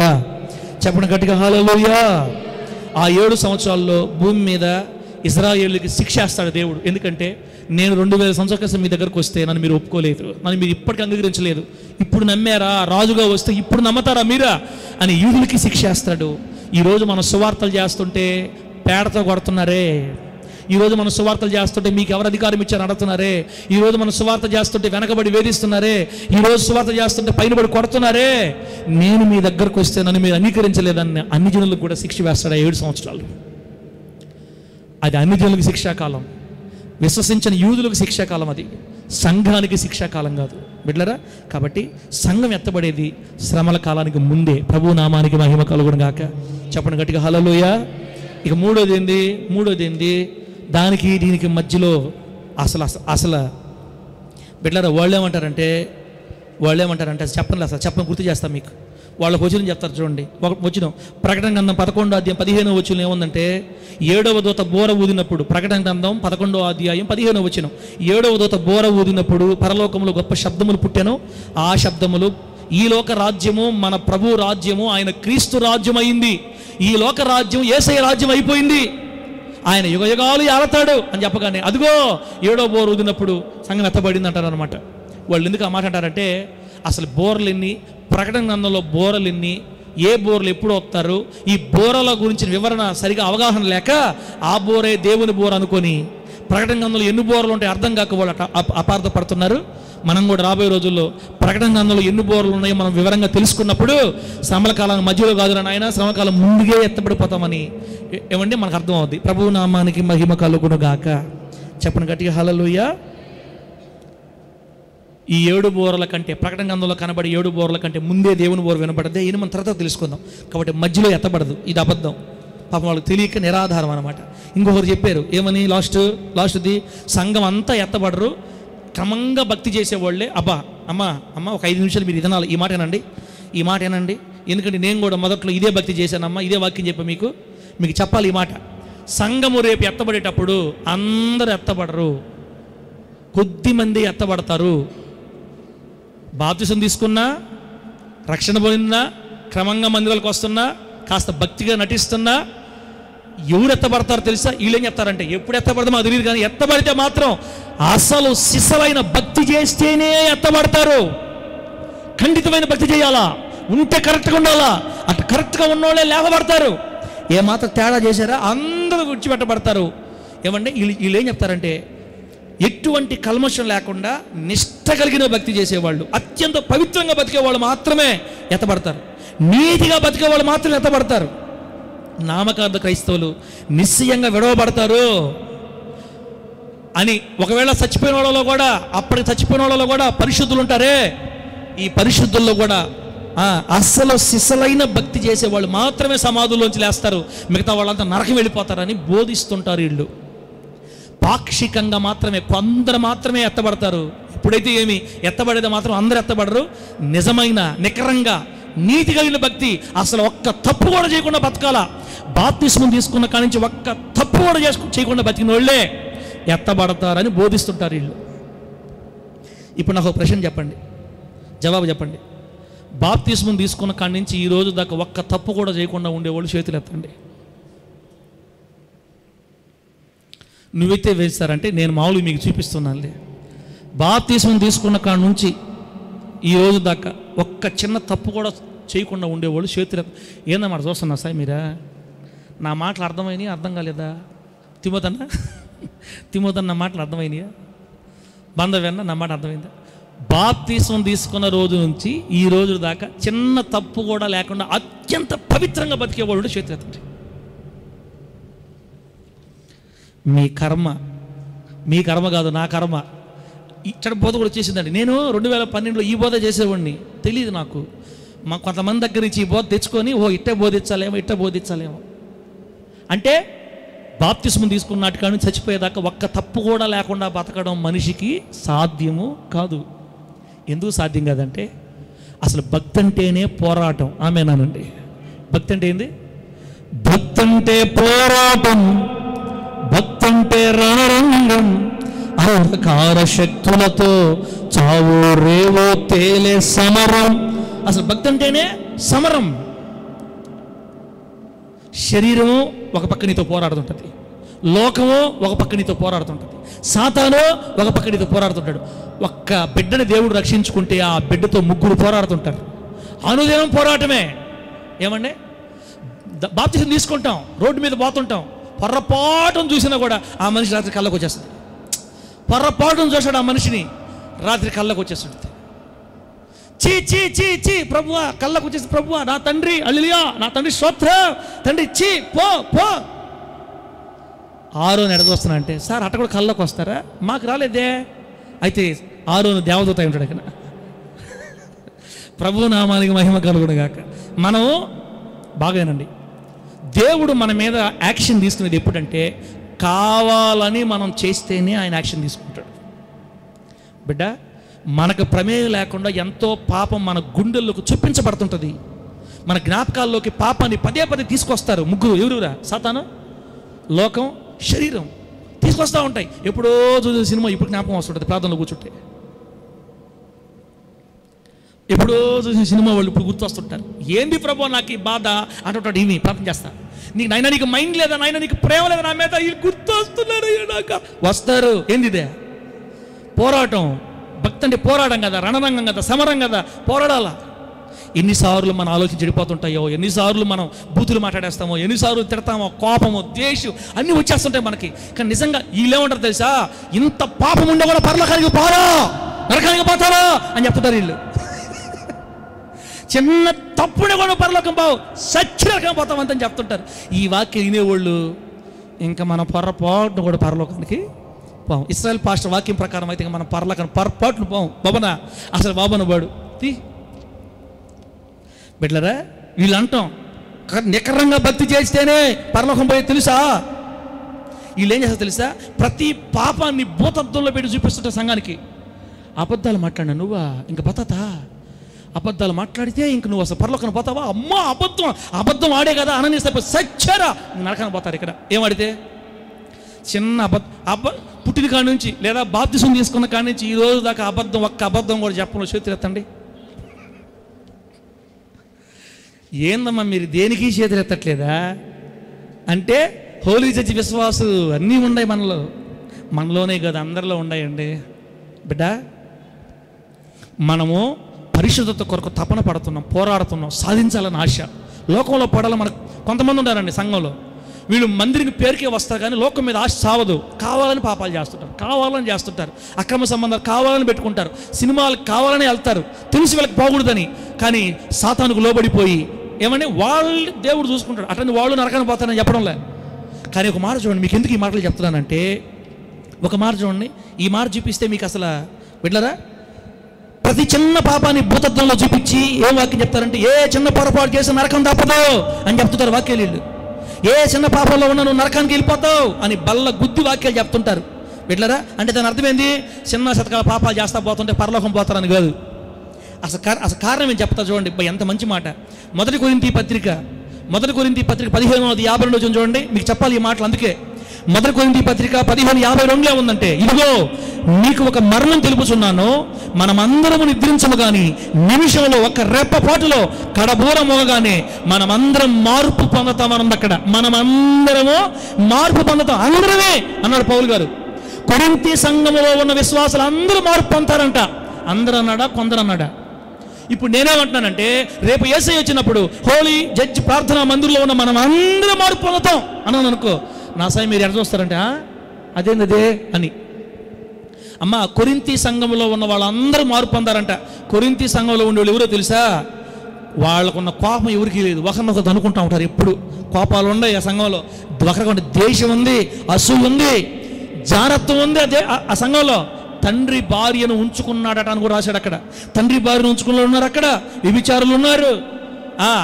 మా పాస్టర్ పౌలు పాస్టర్, మా పాస్టర్ పేతురు పాస్టర్, మా అపోలో పాస్టర్, మేము అపోలో వాళ్ళవి, మేము పేతురు వాళ్ళవి, మేము కేఫా వాళ్ళవి, మేము పౌలు వాళ్ళమని గ్రూపులు కట్టేసిన కూడా ఆ సంఘంలో ఉన్నారు. గర్విష్ఠుల సంఘంలో ఉన్నారు, దుర్మార్గుల సంఘంలో ఉన్నారు, మారుమూల సంఘంలో ఉన్నారు. ఇప్పుడు పౌలు గారు ఏమంటారంటే, హలో మనందరం మార్పు వెళ్ళిపోతామంటారు. అదెట్టా అంటే కోపం, తిట్టుకునేవాళ్ళు, కొట్టుకునేవాళ్ళు, పాపాలు చేసి అందరూ వెళ్ళిపోతారు పరలోకానికి. మరి పౌలు గారు ఎందుకు ఈ మాట అన్నాడు? అసలు ఎవరు ఎత్తబడతారు? సంఘం అంతా ఎత్తబడిపోద్దా? ఎవరు ఎత్తబడతారో కూడా బైబిల్లో ఉందండి. ఆమె చెప్పండి గట్టిగా. సామెతల గ్రంథం 28:13 ఏముందంటే, ప్రార్థన చేసుకుందాం. సామెతల గ్రంథం 28:13 ఏముందంటే, అతిక్రమములు దాచిపెట్టువాడు వర్ధిల్లడు, వాటిని ఒప్పుకొని. ఆమె గట్టిగా ఏం చెయ్యాలి? వాటిని ఒప్పుకొని విడిచిపెడితే కనికరాలు పొందుతాడు. అంటే దాని అర్థమైంది, కొరింథీలో ఉన్నటువంటి విశ్వాసులు కొంతమంది దేవుని వాక్యము చేత లేదా పౌలు గారు చెప్తున్న వాక్యాన్ని విని సేవకుని చేత గద్దించబడ్డప్పుడు వారు ఏం చేశారంటే, వారి ప్రవర్తన విషయంలో దేవుని పాదాల దగ్గరకు వచ్చి ఆయన పాదాల మీద పడి ప్రాధేయపడి కన్నీళ్లతో వారు చేసిన పాపాలన్నీ ప్రభు దగ్గర ఒప్పుకొని విడిచిపెట్టారు. అలా ఎవరైతే విడిచిపెట్టారో ఆ క్షణంలోనే వారి పాపాన్ని యేసయ్య తన శిలువ రక్తం చేత కడిగి పవిత్రపరచి నీతిమంతులుగా మార్చేస్తున్నాడు. ఆమె చెప్పండి గట్టిగా, చెప్పండి గట్టిగా హల్లెలూయా. ఇప్పుడు అర్థమవుతుందా? కొరింథీ సంఘం అంతా ఎందుకు రేపు ఎత్తబడద్దంటే, ఎప్పుడైతే పాపం చేసిన వాడు దేవుని మాటలిని వాక్యం విని గద్దించబడి ప్రభు దగ్గర కూర్చొని ప్రాధేయపడి కన్నీళ్ళు విడిచి, తండ్రి నేను పాపం చేశాను నిజంగా ఒప్పుకొని విడిచిపెట్టేస్తా అని చెబితే, నిజంగా పాపం మీద ఇష్టం లేకుండా అయ్యా నాకు వద్దయ్యా నువ్వు అని చెప్తే, నువ్వు ఒప్పుకున్న మరుక్షణమే దేవుడు తన రక్తాన్ని నీ మీద పోసి నిన్ను కడిగి పవిత్రపరిచి నీతిమంతుడుగా మనల్ని మారుస్తున్నాడు. అందుకే బైబిల్ ఏమని తెలుసా? దేవుడు లోకముని ఎంత ప్రేమించానా ద్వేషించానా? దేవుడు లోకాన్ని ఎంతో ప్రేమించాడు. ఎందుకు? ఎట్లాగా? కాగా ఆయన తన అద్వితీయ కుమారుని యందు అద్వితీయ కుమారునిగా పుట్టిన వాని యందు విశ్వాసముంచే ప్రతి వాడు, అంటే యేసయ్యలో విశ్వసించే ప్రతి వాడు నశించిపోకుండా నిత్య జీవాన్ని పొందేటట్లుగా దేవుడు మనకు యేసయ్యను అనుగ్రహించాడు. ఆమేన్ చెప్పండి.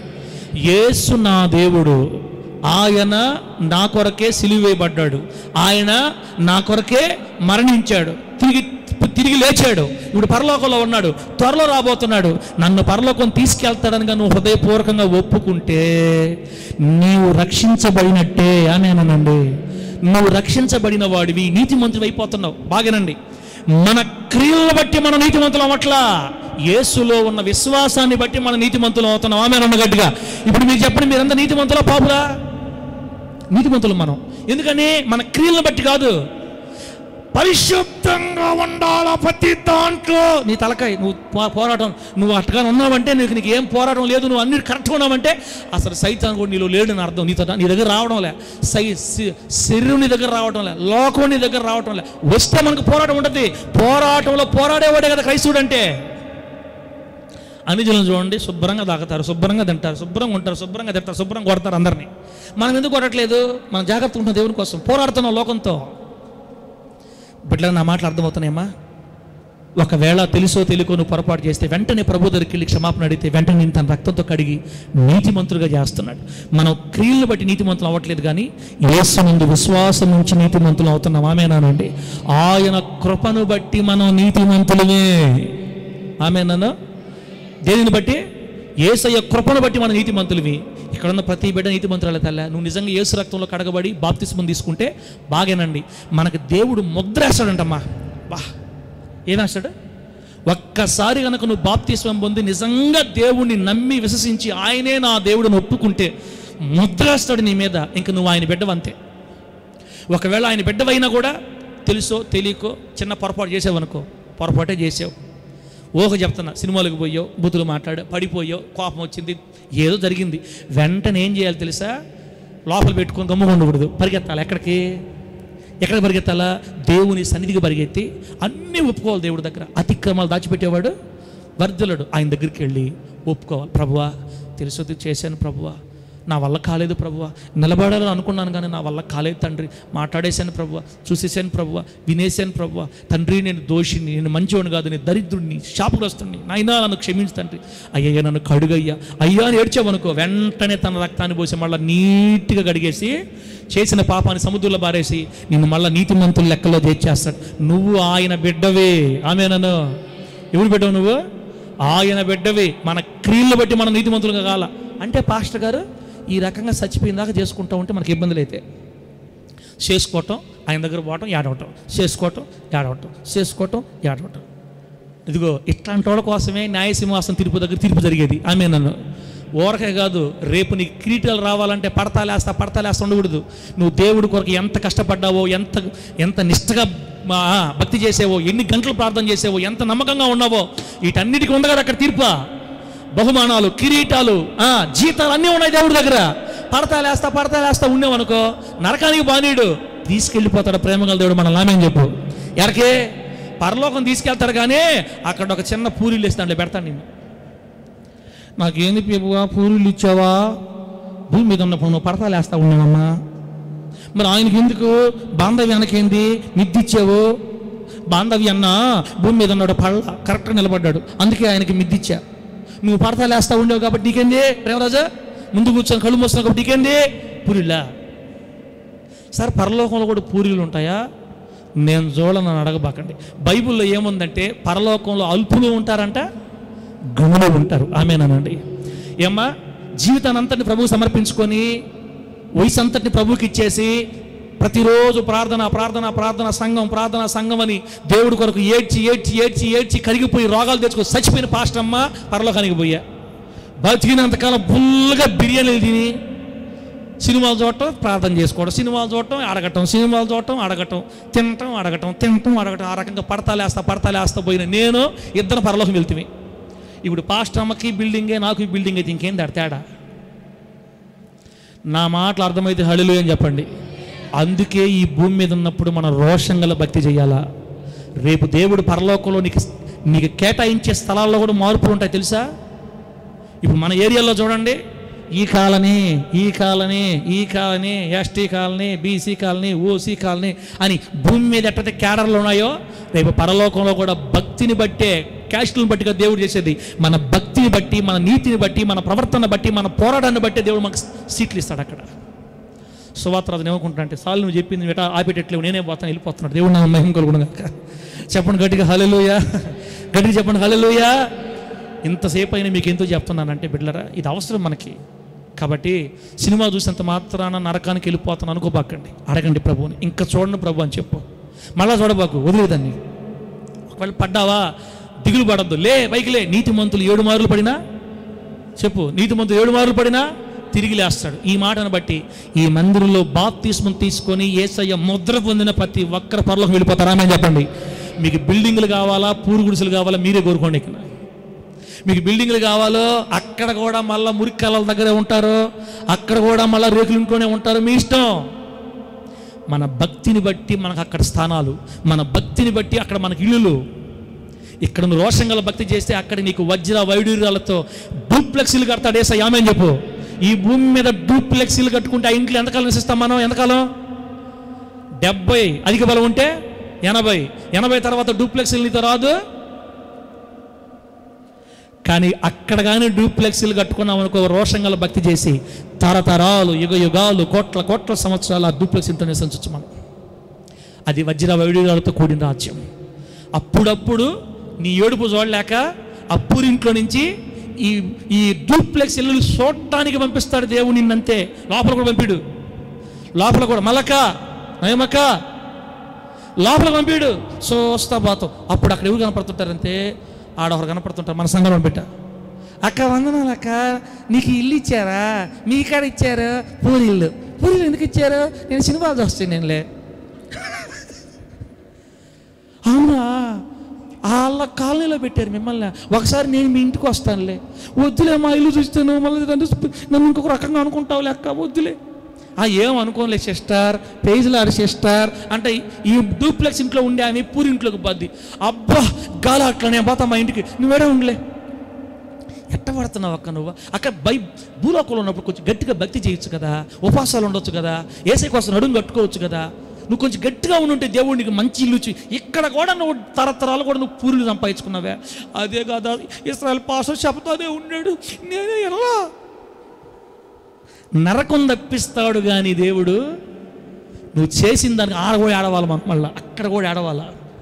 పరలోకంలో బహుమానాలు పోగొట్టుకొని ఘనత విలువ లేకుండా ఒక స్లమ్ ఏరియా లాంటి ఏరియాలో వేసేస్తే మనం అనుకుంటున్నాం చెట్లకు నీళ్ళు పట్టుకుంటా బతకొచ్చలే సార్ అని. చెట్లకు నీళ్ళు పట్టే పనేలే, పూరిల్లో ఉండటమే. అక్కడ నీకు ఏ స్థాయి కావాలి, ఏ స్థితి కావాలి? నీ భక్తిని బట్టి. బిడ్డ, ఆయన రక్తంలో కడగబడి యేసును సొంత రక్షకునిగా నమ్మితే చాలు, ముద్ర వేస్తాడు నీకు. అంతే, నువ్వు నరకను పోయే సమస్యల యేసునామంలో. కానీ కొంతమంది ఉంటారండి, పేరుకే దేవుణ్ణి నమ్ముకొని ఆయన యొక్క విలువ తెలియక, ఆయన్ని నిజంగా రుచి చూడక మళ్ళా లోకంలో పడి అట్టు ఇట్టు పేరుకే క్రైస్తవుల్లాగా పూర్తి విగ్రహారాధనలు పూర్తిగా దిగిపోయి దేవుడు దూరం అయిపోతారు. వీళ్ళ సంగతి దేవుడికే తెలియదు. కానీ భక్తి కలిగిన బిడ్డలు ఎవ్వరు కూడా చిన్న చిన్న పొరపాట్లను బట్టి నరకానికి వెళ్ళరు. ఈ మాటలు మీకు ధైర్యంగా ఉంటే గట్టి గడిలో చెప్పండి, చెప్పండి గట్టిగా హల్లెలూయా, చెప్పండి గట్టిగా హల్లెలూయా. ఎప్పుడైతే యేసు రక్తంలో కడగబడి బాప్తిసం మనం ముద్ర వేసుకున్నామో ఆనాటి నుండి మనం నీతిమంతుల చలామణిలోకి వస్తున్నాం. బాగానండి, రేపు సంఘం ఎత్తబడినప్పుడు దాదాపుగా యేసు రక్తంలో కడగబడి ఆయన రక్తం చేత ముద్రించబడి పాపాన్ని అసహించుకొని పవిత్రత కొరకైన మెండైన ఆశ కలిగి దేవుణ్ణి సంతోషపరచాలన్న ఆశతో భక్తి చేస్తున్న వారు, భక్తి పోరాటం చేస్తున్న వాళ్ళందరూ లోకానికి, లోక ఇచ్చలకి ఉద్దేశపూర్వకంగా దూరంగా ఉండాలని కోరుకొని దేవుని కొరకు పోరాడాలనుకున్న వాళ్ళందరూ ఇహలోక మాలిన్యం శరీరానికి అంటుకోకుండా బ్రతకాలి అన్న ఆశతో లోకంతో, శరీరంతో, సాతానుతో చేస్తున్న ఈ పోరాటంలో తెలిసి తెలియక కొన్నిసార్లు తొట్టుపడినా, పాదములు జారినా, పాపంలో పడినా తిరిగి ప్రభువును సమీపించి తమ చెడుతనాన్ని గూర్చి దేవుని దగ్గర ఒప్పుకొని కన్నీళ్లతో దేవుని ఆశ్రయిస్తే నిశ్చయంగా వారు తమ పాపాల నుంచి విడుదల పొంది నీతిమంతులు అవుతారు. ఇట్టి పోరాటంలో పోరాడుతూ కన్ను మూసిన ప్రతి విశ్వాసి, స్త్రీ అయినా పురుషుడైనా రేపు నిశ్చయంగా ఎత్తబడే సంఘంలో ఎత్తబడతారు. దేవునికి స్తోత్రం కలుగునుగాక. చెప్పండి గట్టిగా హల్లెలూయా. ఈ పోరాటంలో పోరాడే ప్రతి బిడ్డతో పోతారు రేపు. అంతే, గడవబడే సమస్య ఉండదు ఎవరు కూడా. దీన్ని బట్టి చాలా జాగ్రత్తగా కాస్త ఇంట్రెస్ట్గా భక్తి చేసుకోండి. మీరు ఎంత జాగ్రత్త చేసుకుంటారో అక్కడ అన్ని స్థలాలు వస్తాయి, అంత ప్లేస్ వస్తుంది, అంత పెద్ద ఇల్లు వస్తుంది, అంత పెద్ద. ఇప్పుడు ఇంటి ముందు తోట వేసుకోవాలి, నాకు ఇష్టం తోట వేసుకోవాలని. 11 అయిపోయింది, ఇంకా తోట అంటున్నాను నేను. తోట వేసుకోవాలి నాకు ఇష్టం. మాకెంత స్థలం ఉంది? సెంటు కూడా లేదు వేసినాములో. ఇప్పుడు నెల్లూరులో సెంటు స్థలం మన ఎక్కడ నాకు ఏడుంది? తోట వేసుకోవాలని ఇష్టం నాకు. ఇక్కడ సరే లేకపోతే లేకపోయింది, కనీసం పరలోకంలో 1 ఎకరాన్న దేవుడు నాకు ఇస్తే వేసుకున్నాడా? నీ భక్తిని బట్టే నీకు స్థలాన్ని కేటాయిస్తాడు దేవుడు. ఆమె చెప్పు గట్టిగా. ఒక విశాలమైన ప్రాంగణం, గార్డెన్. అబ్బో, నీ భక్తిని బట్టి నీకు అక్కడ తేడా అన్ని రెడీ చేసి పిలుస్తాడు దేవుడు. నేను అక్కడికి ఇచ్చేస్తాడు నీకు ఇల్లు. సంపాదించుకో, రోషంగా భక్తి చెయ్యి, జారబాకు. అట్టది ఇస్రాయేల్ పాష ఏదో మనకు మంచి ఆప్షన్ ఇచ్చాడు. పడిపోతా ఉండొచ్చు అంట, మనం ముద్రేపించుకునే చాలు నాయన. ఆ బాప్తిసం ఏదో తీసేసుకుని ముద్రే కుదరదు. రోషంగా నిలబడాలి యేసయ్య కోసం. అట్ట పడతా లేస్తే రేపు తీర్పులో దెబ్బలు తింటాం, బహుమానాలు ఉండవు. బిడ్డరా, దేవుడు మహాదయను బట్టి నువ్వు ఆయన రక్తంలో కడగబడ్డావు, ఆయన బలలో చేతులు వేసావు కాబట్టి నువ్వు నశించిపోవటం ఇష్టం లేక నీకు పరలోకం ఇస్తాడేమో కానీ అక్కడ మాత్రం తీర్పులో చాలా తేడాలు ఉంటాయి. జాగ్రత్త పడి బిడ్డ, ప్రార్థన చేసుకుందాం. లాస్ట్ మాట, ఒక దైవజనుడు ఏం చెప్పాడంటే 40 సంవత్సరాల లోపు ఏ విశ్వాస అయినా, ఏ సేవకుడైనా చిన్న చిన్న పొరపాట్లు, చిన్న చిన్న బలహీనతలతో పడతా లేస్తా తిరిగినా దేవుడు క్షమిస్తాడు. ఎన్ని సంవత్సరాల దాకా చెప్పండి? ఎన్ని సంవత్సరాల దాకా? ఎన్ని సంవత్సరాలు? 40. ఒక విశ్వాసి కానీ, ఒక సేవకుడు కానీ 40 సంవత్సరాల లోపే పడటం లేయటం ఉండాల. 40 సంవత్సరాల తర్వాత కూడా పడతా లేస్తా ఉన్నాడు నాకు. ఇంకెంగిలి బతుకెందుకు యేసయ్యకి? బిడ్డలారా, 40 సంవత్సరాల లోపు బలహీనమైన భక్తి క్షమించబడుతుంది. కానీ 40 సంవత్సరాల పైబడి కూడా ఓడిపోతుంటే ఇంక నాకు తెలిసి పూరిలో ఉంటుందో పందిరు ఉంటుందో నాకు తెలియదు. క్షమిస్తాడా, క్షమించడా? ఇప్పుడు నీ వయసు అంతా ఇంకా పడతా లేస్తే ఆలోచించుకో బిడ్డ. కళ్ళు మూసుకొని ప్రార్థన చేసుకుందాం. దేవుడి మాటలు మనకు ఆశీర్వాదకరంగా మార్చి వర్ధిల్ల చేయునుగాక.